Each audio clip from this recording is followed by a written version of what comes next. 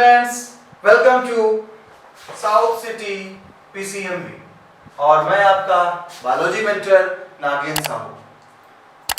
तो ट्वेल्थीज बहुत बहुत वेलकम हमारे चैनल पे आपका और हमारे साथ बने रहने के बहुत बहुत थैंक्स। आप कंटिन्यूसली हमारे वीडियो को वॉच कर रहे होंगे। सब्सक्राइब तो हमारा चैनल कर ही लिया होगा। जो नए व्यूअर्स हैं उनसे रिक्वेस्ट है कि भाई हमारे चैनल को सब्सक्राइब कर लीजिए, जिससे आपको टाइम टू टाइम नोटिफिकेशन मिलता रहे और चैप्टर के टॉपिक वाइज लेक्चर आपको मिलते रहे। आई होप आप सभी बहुत अच्छे से होंगे, अच्छे से पढ़ाई करते रहिए और मैं अच्छे से आपको लेक्चर देता रहूंगा अपने इस प्लेटफॉर्म साउथ सिटी पीसीएमबी पे, जहां पर फिजिक्स, केमिस्ट्री, मैथ और बायो स्ट्रीम के लिए बेस्ट फैकल्टी से अच्छा आपको लेक्चर दिया जाता है। तो चलिए बात को थोड़ी आगे बढ़ाएं और हमारा जो चैप्टर चल रहा था principle of inheritance and variation, जहां पर मेंडल जी ने काफी मदद करी हमारी और हमको नॉलेज दिया कि कैसे हम जान सकें कि हमारे कैरेक्टर हमारे जनरेशन से हमारे नेक्स्ट जनरेशन पे जाएंगे और ऐसे कौन कौन से कैरेक्टर हैं जो एक जनरेशन से दूसरे जनरेशन पे जाएंगे। हमारा जो इस चैप्टर पे जो पहला वीडियो था, पहला लेक्चर आपके पास आया, वो लेक्चर हमारे टर्मिनोलॉजीज पे था कि आखिर मेंडल जी ने क्या क्या टर्मिनोलॉजीज यूज करी, मेंडल जी कैसे इन्होंने अपना किंगडम फैलाया, कैसे इन्होंने रिसर्च किया और कौन कौन से टर्म्स यूज हुए। अब हम चर्चा करेंगे मेंडल की उन मेहनत को, उन एक्सपेरिमेंट को जो मेंडल ने 800 टाइम कराया। उनकी इस मेहनत के लिए हमें 3 लॉस पढ़ने पड़ेंगे। आज हम इस टॉपिक पे उन्हीं लॉस पे चर्चा करने जा रहे हैं। तो आज का हमारा टॉपिक है Mendel law of inheritance, lecture number 2। और ये जो इनके लॉज हैं वो लॉज को मेंडलिज्म के नाम से भी जाना जाता है, क्योंकि हमारे फादर ऑफ जेनेटिक्स हमारे मेंडल जी थे। आज हम बात करेंगे मेंडल्स के कुछ लॉज पे। उसके पहले हम कुछ जानेंगे बैक क्रॉस क्या होता है, टेस्ट क्रॉस होता है क्या, डाइहाइब्रिड क्रॉस क्या है, कॉन्सेप्ट ऑफ डोमिनेंस और उसका क्या है। देखिए मेंडल जी ने ये जो बैक क्रॉस और जो टेस्ट क्रॉस है, ये वन टर्म में डिफाइन पूछ लेता है एग्जाम में, बोर्ड एग्जाम। जैसा कि मैं हमेशा कहता हूं कि मेरे मुंह से अगर बोर्ड एग्जाम निकलता है तो आपके लिए इंपॉर्टेंट है, वो या तो पूछा गया है या तो पूछा जाएगा। तो ध्यान रखें इस चीज को। सबसे पहले हम पढ़ेंगे बैक क्रॉस क्या होता है, देन टेस्ट क्रॉस के बारे में जानेंगे, then what is dihybrid cross and the concept of dominance. सबसे पहले चलते हैं, देखते हैं बैक क्रॉस क्या होता है। देखिए बैक क्रॉस और टेस्ट क्रॉस में बड़ा अच्छा डिफरेंस है। क्या डिफरेंस है, डिफिनेशन देखते हैं। क्या back cross, cross between a hybrid and it's parent. देखिए समझिएगा, कह रहा है कि ये पेरेंट है, इनके जो जीन्स थे कैपिटल टी स्मॉल टी थे, ये स्मॉल टी है। F1 जनरेशन में जो प्लांट बने हमारे F1 जनरेशन में, इन F1 जनरेशन में जो प्लांट बन रहा है, ये प्लांट हमारे इनका अगर हम क्रॉस कराएं, इससे क्रॉस कराएं हमारे पेरेंट से, वो हाइब्रिड हो, वो रिसेसिव हो, वो डोमिनेंस हो, इससे मतलब नहीं है। F1 जनरेशन का अगर आप क्रॉस कराते हैं पेरेंट के जीन से, तो याद रखना है इस बात को हमें कि वो जो क्रॉस हो रहा है, ये क्रॉस हमारा बैक क्रॉस होता है। देखिए सिंपल सी बात है, बैक हो रहा है, क्रॉस पीछे की तरफ से करा रहे हैं, यानी फिर से पेरेंट से क्रॉस करा रहे हैं, उसको जीनोटाइप से करा रहे हैं। अब जैसे बैक से करा रहे हैं तो हमने क्या नाम दे दिया, बैक क्रॉस। ठीक है, अब आती है बात टेस्ट क्रॉस पे कि सब्जी टेस्ट क्रॉस क्या होता है। अब इन्हीं जो हमारा क्या लिखा है, crossing of an organism with dominant phenotype to a recessive individual. किसी भी डोमिनेंट फिनोटाइप है, डोमिनेंट फिनोटाइप है, ये रिसेसिव फिनोटाइप है। आपने पढ़ा हुआ मेरे से डोमिनेंट क्या होता है, रिसेसिव क्या होता है। डोमिनेंट अगर कैपिटल लेटर लग गया है तो वो डोमिनेंट जीन हो जाएगा। तो कह रहे हैं डोमिनेंट का अगर आप रिसेसिव पेरेंट से क्रॉस कराते हैं तो इस क्रॉस को हम बोलते हैं टेस्ट क्रॉस। अब नाम आता है सर टेस्ट क्रॉस क्यों कह दिया गया, तो टेस्ट क्रॉस कहने के पीछे एक कारण था। कारण क्या था, हम ये पता लगाना चाहते थे कि जो F1 जनरेशन के प्लांट है आखिर उनका जीनोटाइप क्या है। जब हम F1 जनरेशन के प्लांट के जीनोटाइप को आइडेंटिफाई करने की बात करते हैं तो हम यूज करते हैं टेस्ट क्रॉस को। क्या यूज करेंगे, टेस्ट क्रॉस। तो हम इससे पता लगाते हैं जो हमारा डोमिनेंस कैरेक्टर वाला जो जीन है, अगर ये जीन किसी फिनोटाइप में है, किसी हमारे ज़ाइगोट में है, उसका क्रॉस अगर हम पेरेंट से कराएंगे, किस पेरेंट से, रिसेसिव से, तो वो टेस्ट क्रॉस। देखिए दोनों में क्या डिफरेंस था। आप किसी से भी करा रहे हैं cross, back cross, F1 generation का क्रॉस आप करा रहे हैं पेरेंट प्लांट से, ये क्या हो गया, बैक क्रॉस। और अगर डोमिनेंट फिनोटाइप वाले कैरेक्टर का क्रॉस आप कराते हैं रिसेसिव पेरेंट से, तो ये हो जाएगा टेस्ट क्रॉस। वही यहाँ पे थ्योरी है। टेस्ट क्रॉस क्या, crossing of an organism with dominant phenotype to a recessive individual, capital T small T. ये हमारा डोमिनेंट फिनोटाइप कैरेक्टर है, रिसेसिव है, क्रॉस कराया, इससे पता लगाते हैं कि पेरेंट के फिनोटाइप या पेरेंट का जीनोटाइप क्या है। Hence monohybrid test cross ratio 1:1। तो ये तो हम समझे क्या, बैक क्रॉस और टेस्ट क्रॉस के बारे में। अब अगर हम बात करें टेस्ट क्रॉस इज यूज्ड, जैसे कि मैंने बताया टेस्ट क्रॉस का मेन रूल क्या था, क्या क्यों करते हैं टेस्ट क्रॉस, तो कह रहा है test cross is used to find out the unknown genotype. Unknown, हमें नहीं पता पेरेंट का जीनोटाइप क्या है। अरे भाई इतना पता है, एक पेरेंट प्लांट टॉल है, अब वो टॉल तो कैपिटल टी से भी हो सकता है, वो प्लांट टॉल तो कैपिटल टी स्मॉल टी दोनों कंडीशन से टॉल हो सकता है। कैसे पता लगाएं, कैसे पता लगाएं कि जीन कैपिटल टी है या gene capital T small T है, क्योंकि दोनों कंडीशन पे प्लांट हमें बाहर से टॉल ही दिखेगा, because capital T is present.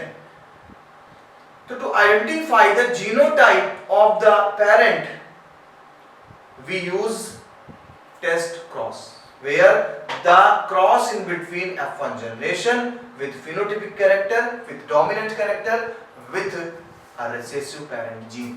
clear? देखिए यहाँ पर ये चीज समझाई जा रही है कि Mendel conducted test cross to determine the F2 genotype। Mendel ने टेस्ट क्रॉस कंडक्ट करा ये जानने के लिए कि F2 जीनोटाइप है क्या। तो यहाँ पर होमोजाइगस रिसेसिव है, होमोजाइगस रिसेसिव थे, इनका क्रॉस कराया तो कुछ नहीं निकला। लेकिन अगर हम फिनोटाइप क्रॉस कराएंगे, जब हम बैक क्रॉस कराते हैं, टेस्ट क्रॉस कराते हैं, तो टेस्ट क्रॉस में हमें पेरेंट के जीन्स की आइडेंटिटी मिल जाती है, जैसे कि मैंने बैक साइड पे आपको बताया।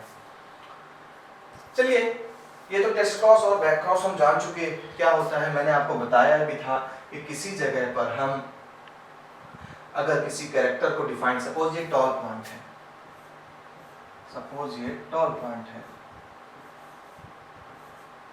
अब आप आइडिया लगाइए, ये टॉल प्लांट के लिए जीन कैपिटल टी है, ठीक है।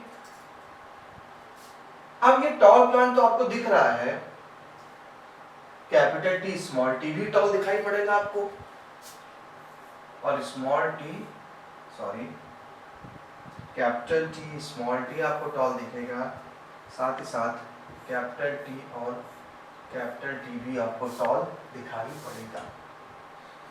दोनों में चेंजेस हैं क्या, ये प्योर टॉल है, ये हाइब्रिड टॉल है। लेकिन आता है सर की बात ये है कि सर आखिर ये टॉल क्यों हो गया।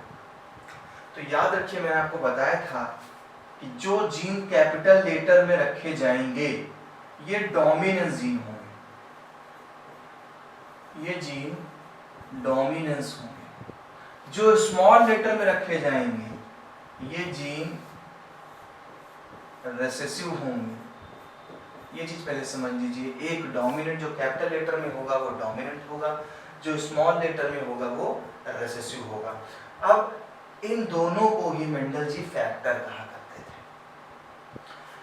ये दोनों जीन्स क्यों ही दो जीन्स रखते हैं, दो जीन्स इसलिए रखते हैं, एक जीन हमें मदर फादर से मिलता है स्पर्म से, दूसरा हमें मदर के एग सेल से मिलता है। इस चीज को भी याद रखिए, फादर के स्पर्म से और मदर के एग सेल से हमें मिला, इसलिए हम दो जीन से क्या करते हैं, आइडेंटिफाई करते हैं। ये आपको याद रखना है, टू जीन से आइडेंटिफाई करते हैं। ऑफ डोमिनेंस में हम बात कर रहे हैं, जैसा कि मैंने आपको बता दिया है, फिर भी आप फिर समझ लीजिए कि डोमिनेंस कैरेक्टर हमारा कैपिटल टी लेटर जो है एक डोमिनेंस कैरेक्टर है और स्मॉल टी रिसेसिव कैरेक्टर है। मेंडल जी ने जो हमें बताया कि लॉ ऑफ डोमिनेंस का नियम, लॉ ऑफ डोमिनेंस यही कहता है कि अगर कोई एक डोमिनेंस कैरेक्टर है और उसके साथ कोई रिसेसिव कैरेक्टर है तो F1 जनरेशन में केवल डोमिनेंस कैरेक्टर ही अपीयर होगा, बाकी अपीयर नहीं होगा। चलिए इसी को थोड़ा मैं अपने स्टाइल में समझाता हूं कि मेंडल जी क्या कहना चाहते थे। मेंडल जी ये कहना चाहते थे कि मान लीजिए एक प्लांट है जो टॉल है और दूसरा प्लांट है जो ड्वार्फ है। एक टॉल प्लांट है, एक डॉर्फ प्लांट है। मेंडल जी ने जीन्स को फैक्टर माना क्योंकि विदाउट एनी जीन्स कोई कैरेक्टर डिफाइन नहीं हो सकता, लेकिन वहां पर तब टेक्नोलॉजी की काफी कमी थी, तो मेंडल जी ने टॉलनेस के लिए जो जीन माना उसको बोला ये फैक्टर है, और फैक्टर बोला कैपिटल टी, एंड डॉर्फनेस के लिए जीन्स माना स्मॉल टी। मेंडल जी ने टॉल वाले प्लांट के पोलन ग्रेन्स को लिया और डॉर्फ वाले प्लांट के स्टिग्मा पर स्प्रेड कर दिया। मैं आपको पहले पढ़ा चुका हूं आर्टिफिशियल पॉलिनेशन में या हाइब्रिडाइजेशन में, जहां पर बैगिंग या इनेस्कुलेशन टेक्निक चलती थी। अब आपने क्रॉस कैसे कराना है, आपको पता है ये प्लांट बड़ा होगा, डॉर्फ भी बड़ा होगा, हाँ भाई होगा, और जब बड़ा होगा तो इसमें क्या होंगे, फ्लावर्स आएंगे। जब बड़ा होगा फ्लावर्स आएंगे, बेटा फ्लावर्स आएंगे तो उनके गैमीट्स बनेंगे। चलो देखते हैं टॉल प्लांट वाले कैसे गैमीट्स को बनाएगा। तो टॉल प्लांट में गैमीट्स बना एक कैपिटल टी, इधर कैपिटल टी चला गया, क्योंकि आपको पता है गैमीट्स में हमेशा क्रोमोसोम नंबर हाफ हो जाया करते हैं क्योंकि मियोसिस सेल डिवीजन होता है। इधर डॉग में चले जाइए, एक स्मॉल टी, ये हमारे क्या हो गया बेटा, गैमीट्स। ऐसे हम गैमीट्स बनाना सीखते हैं, याद रखिएगा, टेक्निक में भी सभी बताऊंगा आपको। ये हमारे गैमीट्स बन गए बेटा।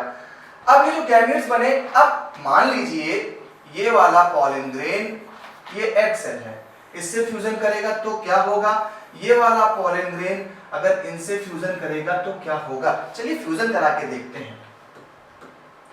मान लिया हमने कि अगर ये वाला पॉलन ग्रेन इससे फ्यूजन करता है तो क्या होगा, कैपिटल टी स्मॉल टी। ये वाला इससे फ्यूजन करा दीजिए, हमेशा आपको कैपिटल लेटर आगे रखना है।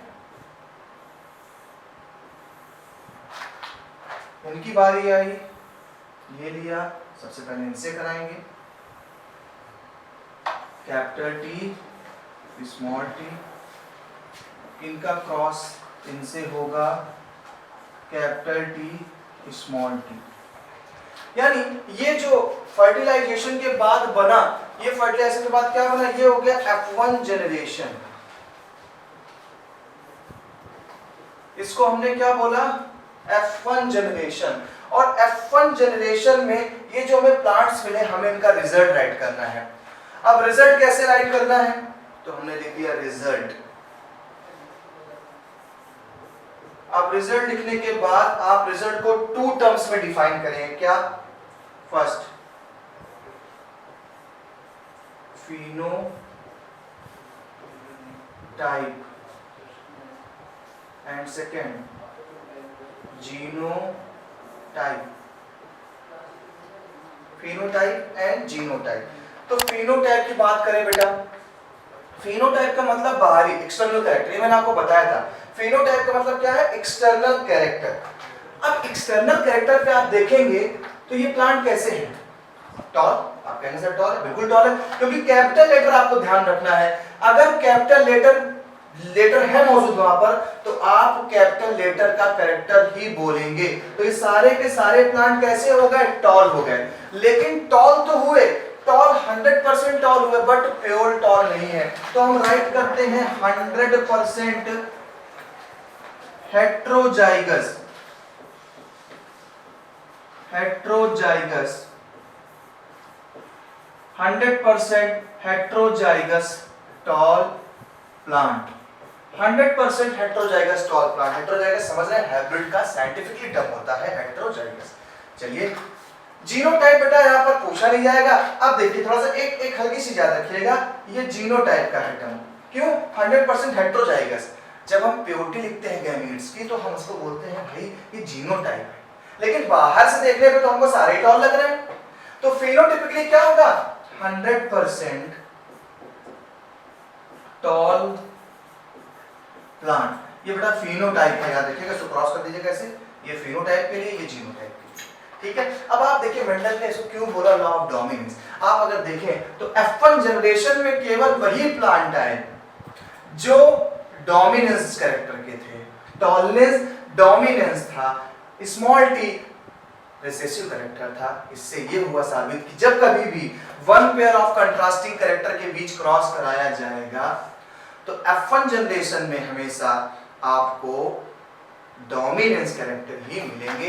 यही बन गया लॉ ऑफ डोमिनेंस। लेकिन एक पर्सनल बात आपको बता दूं, ट्वेल्थ लेवल के लिए लॉ ऑफ डोमिनेंस से क्वेश्चन नहीं पूछा जाएगा। आपसे क्वेश्चन पूछा जाएगा दो पर्पस पे, एक पूछेगा आपसे लॉ ऑफ सेग्रीगेशन, दूसरा law of independent assortment.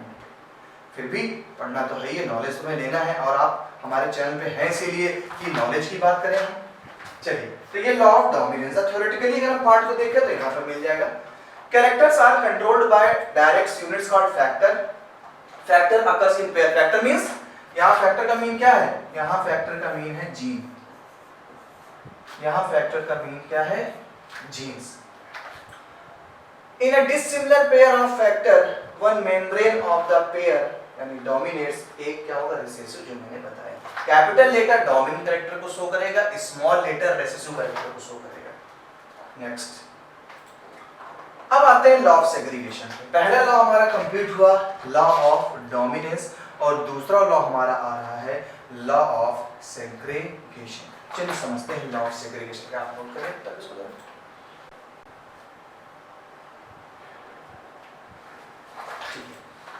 Law of segregation ये है।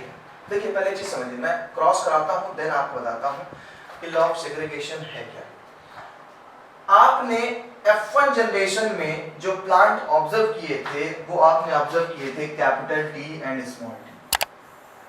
ये हमारे F1 जनरेशन के प्लांट्स का रिजल्ट है, कैपिटल टी स्मॉल टी। अभी गए हैं लॉ ऑफ डोमिनेंस में। क्लियर? चलिए अब मैं फिर से इसको अपने स्टाइल में बताऊं।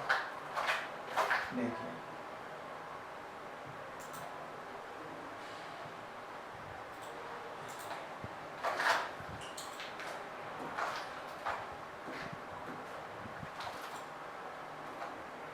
हम आते हैं law of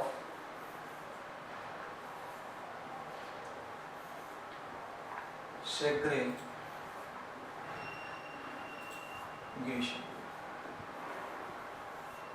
law of segregation Mendel ने, वाइट से लिखो। मेंडल ने जो भी F1 जनरेशन के प्लांट लिए थे यानी हेटेरोजाइगस टॉल, मेंडल ने जो भी हेटेरोजाइगस टॉल प्लांट लिए थे उन्हीं प्लांट के बीच में सेल्फिंग कराने की कोशिश करी, और उस सेल्फिंग का बेनिफिट भी मिला इनको क्योंकि एक नया लॉ सामने आया।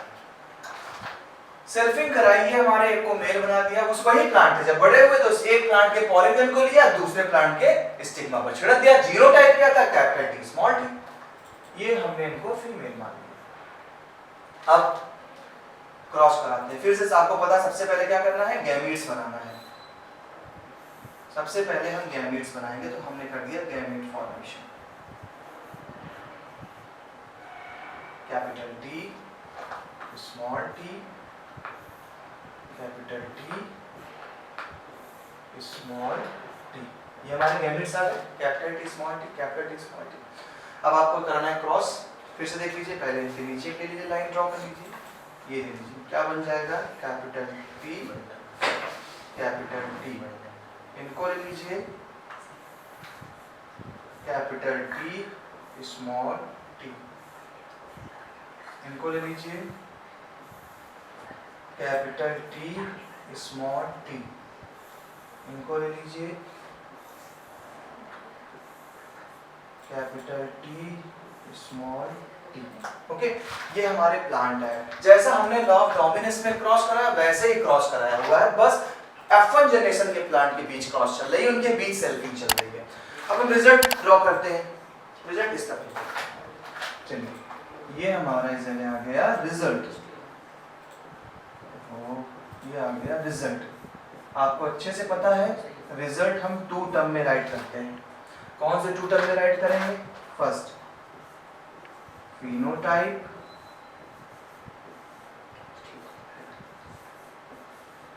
Second genotype, phenotype, genotype. चलिए फिनोटाइप देखिए बेटा। फिनोटाइपिकली एक चीज हमेशा याद रखिए, कैपिटल लेटर जो होगा वही कैरेक्टर बोलना है। अब यहाँ पर कैपिटल लेटर क्या है? कैपिटल टी, और टी फॉर टॉलनेस। तो ये टॉल हो गया प्लांट बाहर से देखने पे, ये भी टॉल हो गया क्योंकि ये कैपिटल टी है तो टॉल कर देगा, ये भी टॉल हो गया क्योंकि ये कैपिटल टी है तो टॉल करना ही करना है, ये भी टॉल होगा क्यों, क्योंकि एक कैपिटल टी है। यानी कितने प्लांट में टॉल मिल रहे हैं बेटा, यहाँ पर देखिए एक छोटी सी एरर आ जाएगी इस जगह पे, क्या है देखिए स्मॉल टी इस जगह पे आ रहा है ना, इसको देखिए मैं फिर से बैक क्रॉस करा दे रहा हूँ,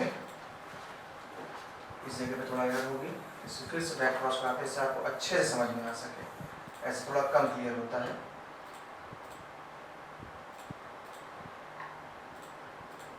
ये इनसे हो गया, ओके, ये आ गया, ओके, एक क्रॉस हमारा इनसे और इनके बीच हो गया। अब देखिए इनका इनसे करा रहे हैं क्रॉस,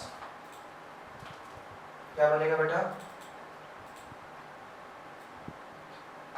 कैपिटल देखिए स्मॉल टी है और ये आ जाएगा क्या बन जाएगा कैपिटल टी स्मॉल टी, क्योंकि हमें लेकर कैपिटल ही आगे लिखना है।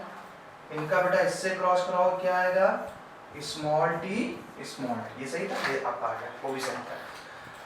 रिजल्ट में आ जाएंगे तो आपने देख लिया सर 3 ऐसे प्लांट्स हैं जिनके जीन्स में कैपिटल टी है, तो हमने बेटा बोल दिया कि 3 क्या हो गए, ये 3 हमारे टॉल हो गए प्लांट। अभी हमें ये नहीं लिखना है कि ये हाइब्रिड है, हेटेरोजाइगस है, क्या है, क्यों नहीं लिख रहा है, क्योंकि अभी यहाँ पर हमें जीन्स नहीं देखना, केवल हमें कैपिटल लेटर वाला पकड़ना है। कैपिटल लेटर वाले कितने हैं, जहां जहां कैपिटल लेटर मिल जाएगा वो डोमिनेंस कैरेक्टर्स होगा। हमें कितने प्लांट टॉल मिल रहे हैं बेटा, 3 प्लांट टॉल मिल रहे हैं, 3 प्लांट टॉल है।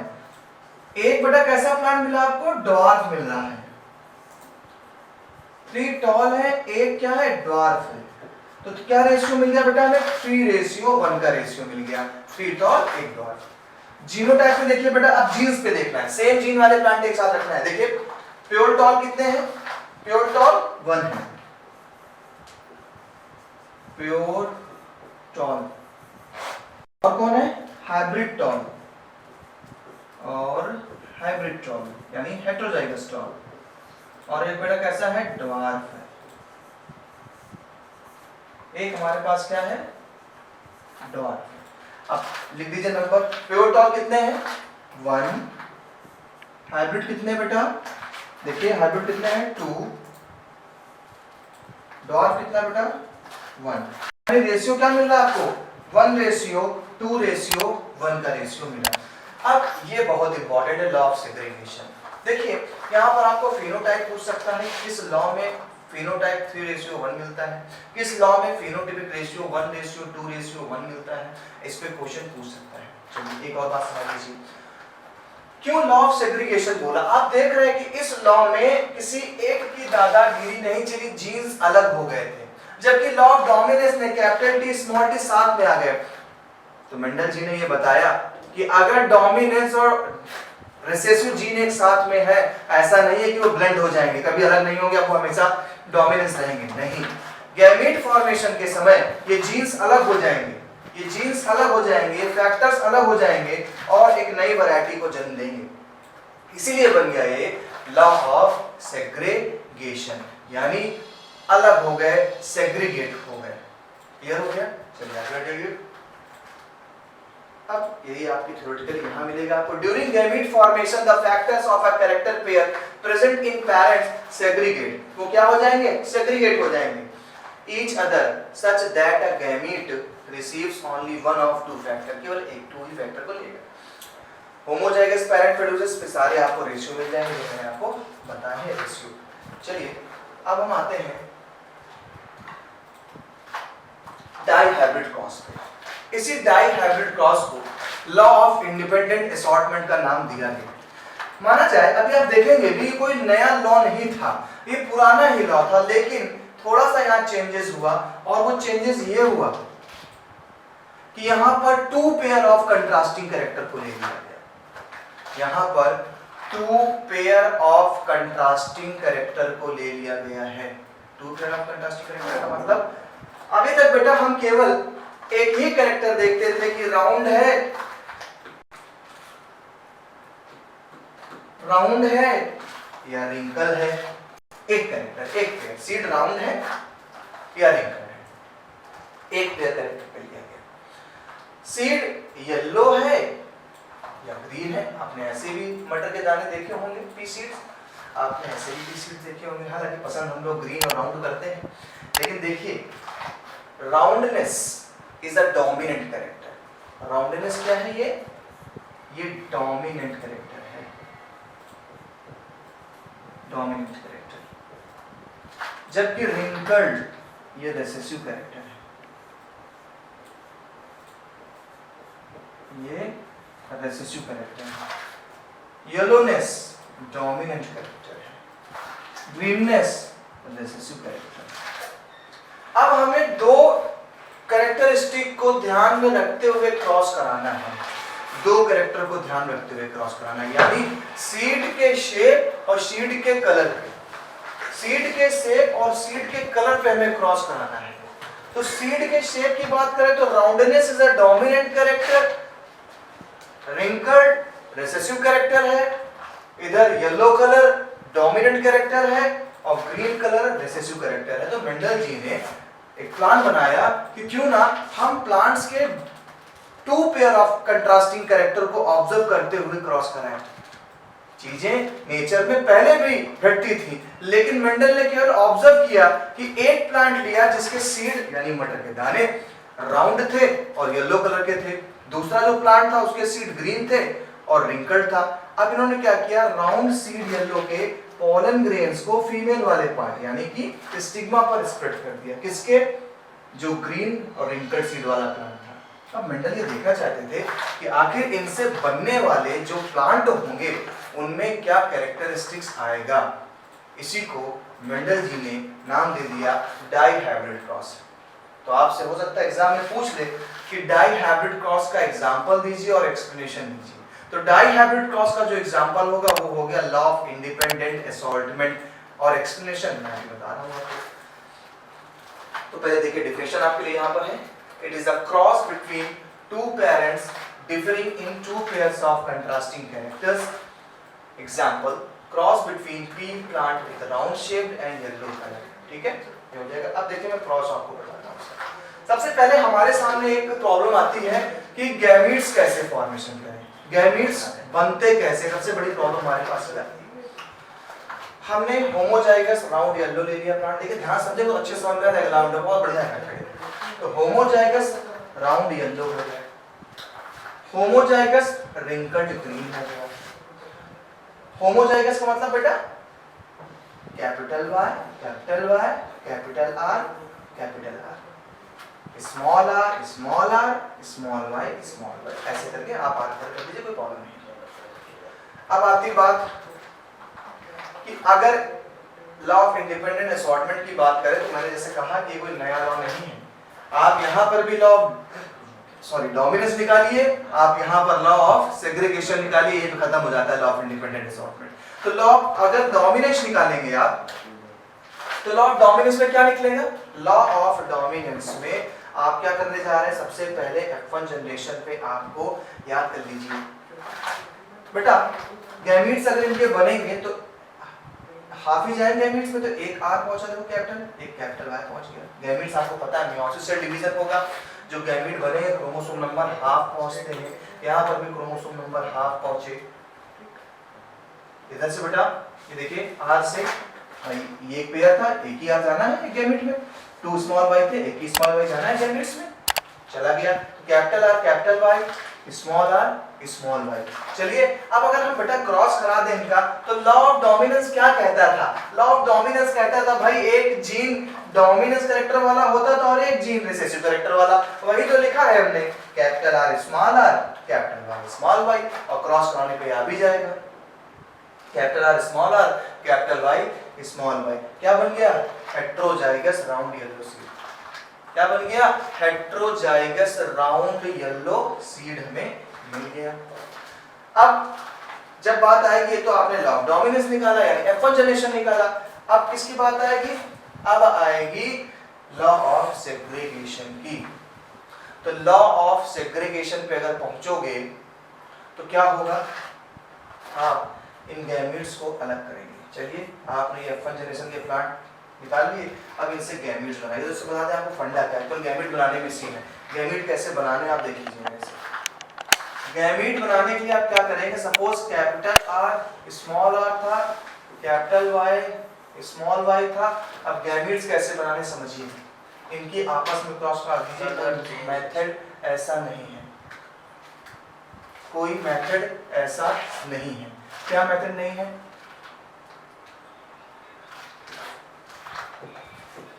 चलिए इस पे देख लीजिए ऐसे,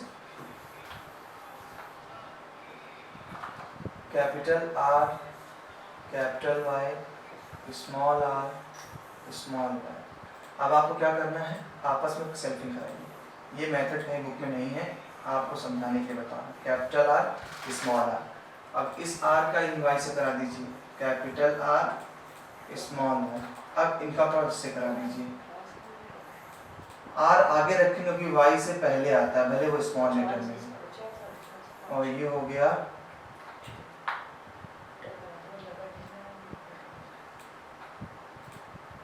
capital R small R, capital R small Y small R capital Y, then small R capital R. एक बार फिर से देख लेते हैं इसको, थोड़ा सा बड़ा फ्लो चार्ट बना दें जिससे आपको समझ में आ जाए। तो capital R small R capital Y small Y. हम ये कर क्यों रहे हैं, हम F1 जनरेशन के प्लांट जो मिले हैं लॉ ऑफ इंडिपेंडेंट असॉर्टमेंट में, उन प्लांट्स जब बड़े हो जाएंगे उनमें पॉलन ग्रेन्स बनेंगे।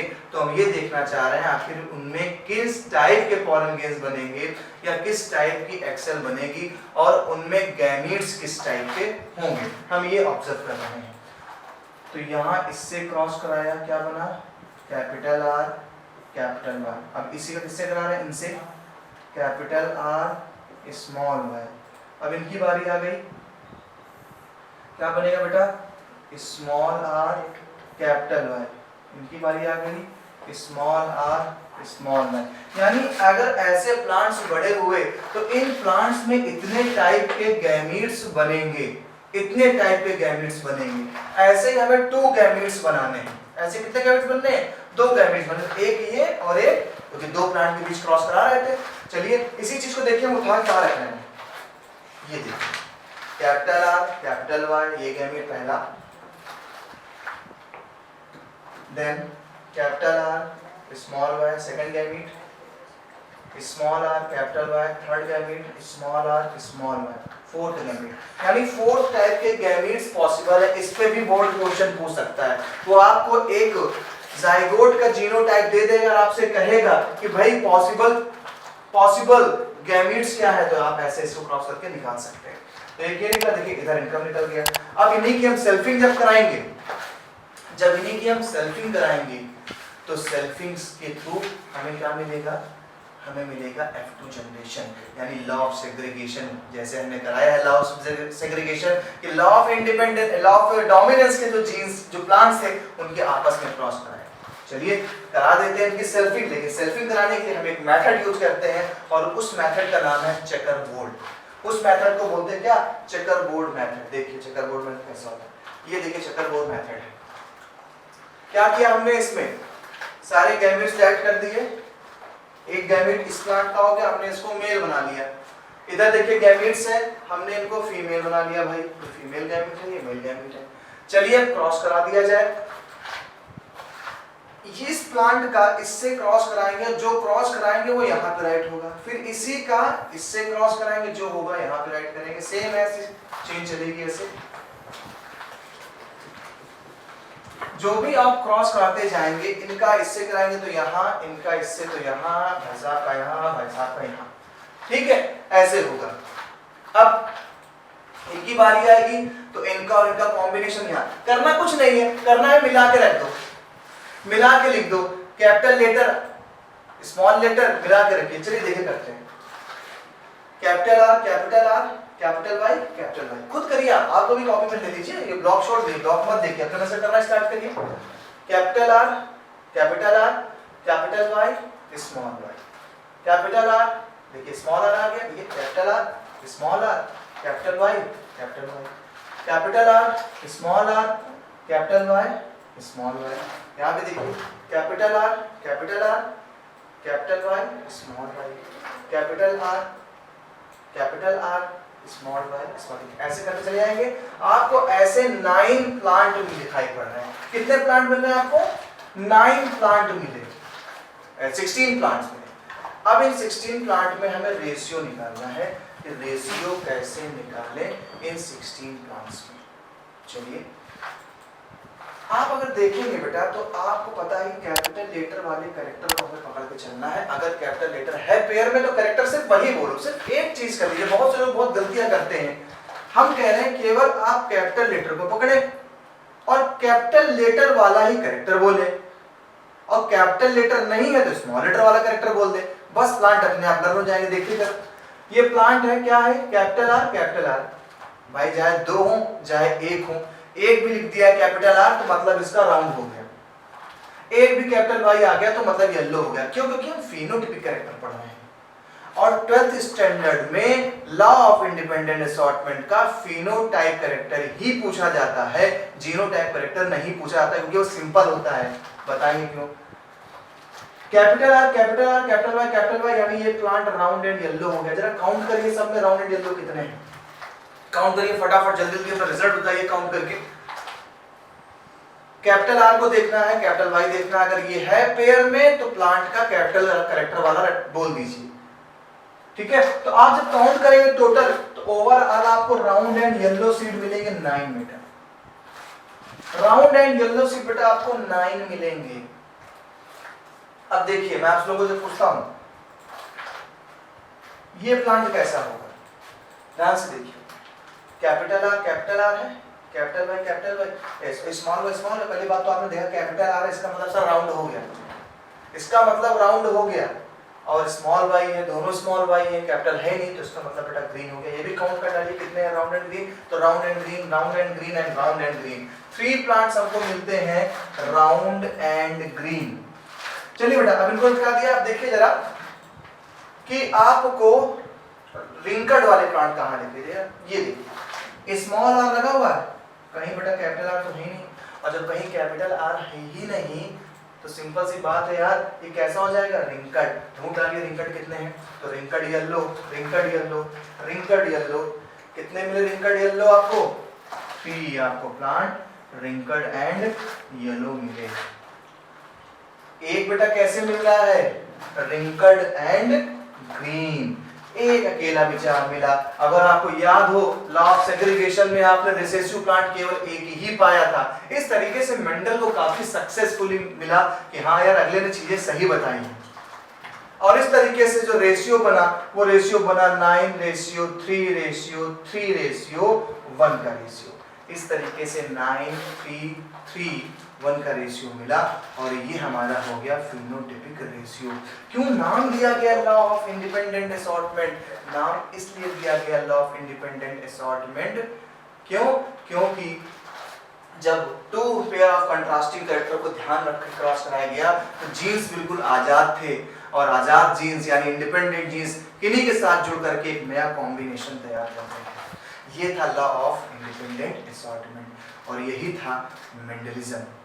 मेंडल के लॉज यहीं पर थे और इन्हीं 3 लॉज के कारण मेंडल फेमस हुए, इन्हें फादर ऑफ जेनेटिक्स बोला गया। हालांकि कुछ एक्सेप्शनल केस हैं जो हम चर्चा करेंगे, अभी आने वाले लेक्चर पे चर्चा करेंगे कि क्या एक्सेप्शनल केस थे मेंडल जी के। मेंडल जी किस चीज पे थोड़ा सा फेल हो गए थे, हम उन पे चर्चा करेंगे।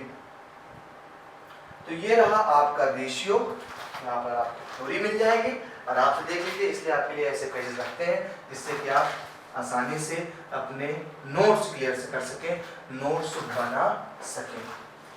एक आखिरी बात आती है बेटा, वो ये कि कॉन्सेप्ट क्या है डोमिनेंस का। देखिए 2 तरीके के जीन्स आपको चाहे यहाँ ले लीजिए चाहे किसी कंपटीशन क्लास में लीजिए, आपको 2 तरीके के टर्म पढ़ने को बहुत मिलेंगे। एक होता है बेटा मॉडिफाइड एलील का मतलब क्या है, और एक अनमॉडिफाइड एलील क्या होता है। मेंडल जी की कहानी खत्म हो गई वहां पे, मेंडल जी के law of dominance, law of segregation, law of independent assortment finish.